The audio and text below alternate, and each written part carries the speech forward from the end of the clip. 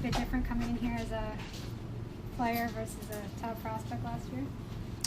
Yeah, it's a lot nicer. Kind of knowing what to expect, and I think I was just talking about it last year, and like going to Travers and doing all this stuff as going to big league camp as a minor league guy and as a prospect, you don't really know what to expect. So it's nice to come in here and sort of understand your role and have a little bit more of a understanding as to what's coming. With the benefit of hindsight, what was your biggest takeaway from 2025? Yeah, 2025 was great. It was another great learning year for me. My goal always is just to come into spring and start, just learn as much as I can every year and learn about myself and about what it takes for me to last throughout a whole year and how I can continue to get better each and every year in every aspect. And, having that first injury was obviously, I think it sucked, but it was huge for me in the sense that I learned a lot about myself, about my body, what it takes for me to get ready each and every day, and what I need to take to 2026 in order to play 162 and beyond. How hard was it to miss those last 3 or so weeks in September and then the playoff series?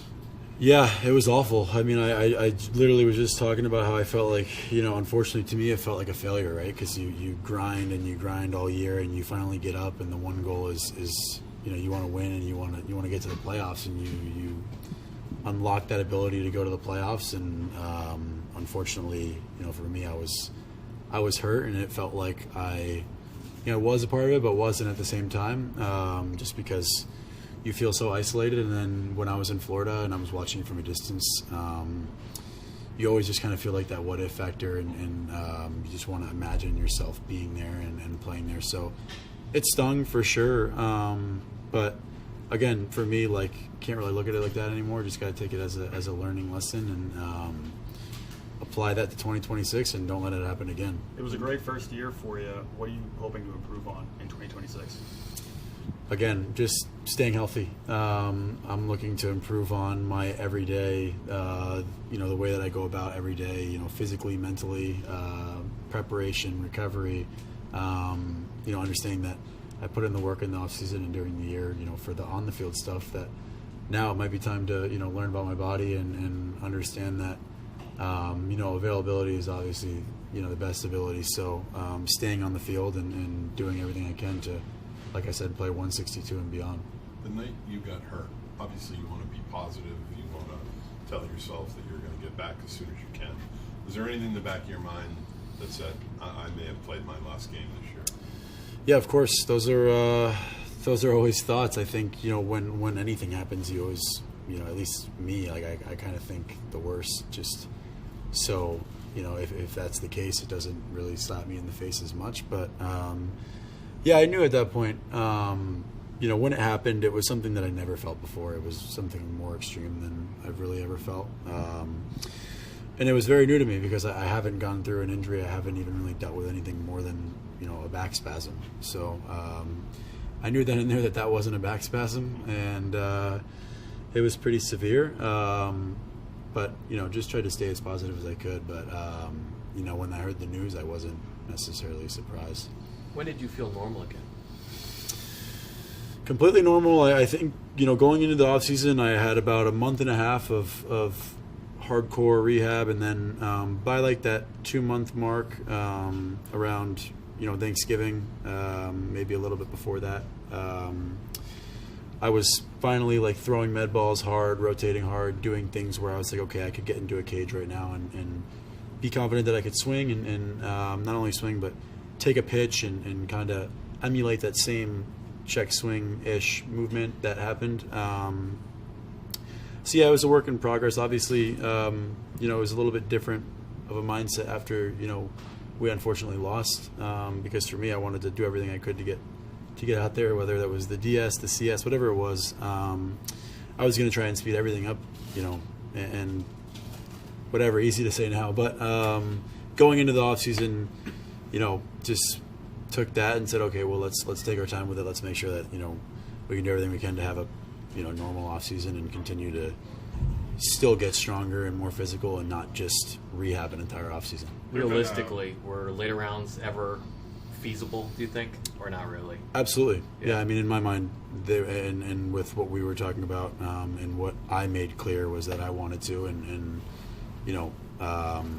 had they have felt confident enough that they could hand me the decision, I would have, we were on the same page that was the goal, and that was the goal that AC set. The first time we heard about what it actually was in the timetable, that was our goal between me and AC, and I think he said that publicly. But he told me to envision game one of the DS or the CS, whatever it may have been. But I think it was the CS. But for me, just like I said, being in Florida, watching those games, I was like, man, I got to get out there. I can't. This is driving me crazy. So, especially not being there with the guys. So it was tough, but again, we're healthy now. We're good to go. So moving on to this year. There's some rumors that you've expressed interest in Italy for the WBC. Is that in play, out of play? Yeah, I would say it's out of play. I think there's been a lot of noise that I've heard. But for me, the goal after this year was, hey, I ended on an injury. I don't want to rush into something. I don't want to, and I think this was on both ends, not just my side, was, this is going to be the first full year of a big league season. And it's important that we take advantage of spring and this offseason going into spring training. So, I would love to play in the WBC at some point. For who, I'm not sure. But obviously Italy would be a great opportunity and a blast. But for me right now, I think the best thing for me is to go into the spring and to just take full advantage of my first spring training before my first full season in the big leagues. One topic with you has been, where do you bat in the lineup? You did great in the leadoff spot this past year. Would you like to stay there, or what do you think? Wherever they put me. Yeah, as long as I'm in the lineup. Doesn't matter to me. Luckily enough for me, I got to hit in the 1 hole, I hit in the 2 hole, I hit in the 3 hole, I hit in the 5 hole, hit in the 9 hole in spring, hit everywhere. So as long as I'm in the lineup with the guys, wherever that may be is out of my reach, but I'll do my best wherever I'm at. Well, why do you think you were so great leading off?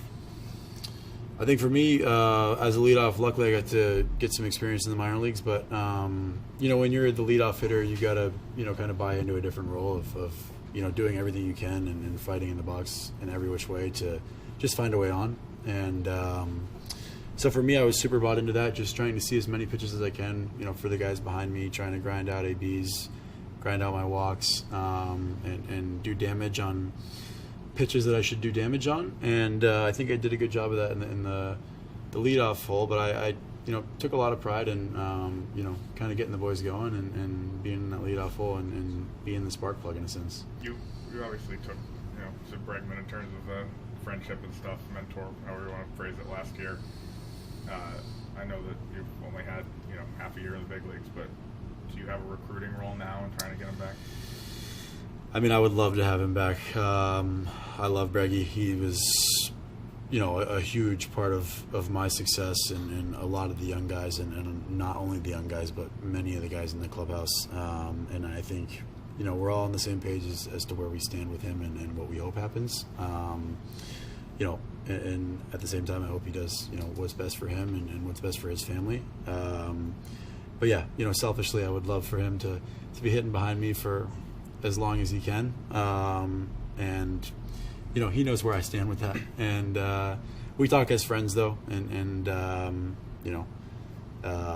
hopefully we see him in a Red Sox uniform. In what ways was Alex a mentor to you? I think for me it was the preparation side of things, him explaining similar experiences to myself, when he came up and when he was a young guy, just debuting, and the parts of the game that I wasn't really great at in the minor leagues was, preparing on a pitcher, on a pitching staff, and really diving into, what I should and shouldn't be looking for. And I think he helped so many of us with that. And I came up at a time where he was hurt, and he was basically like a coach. Yeah. And he was like another hitting coach for me.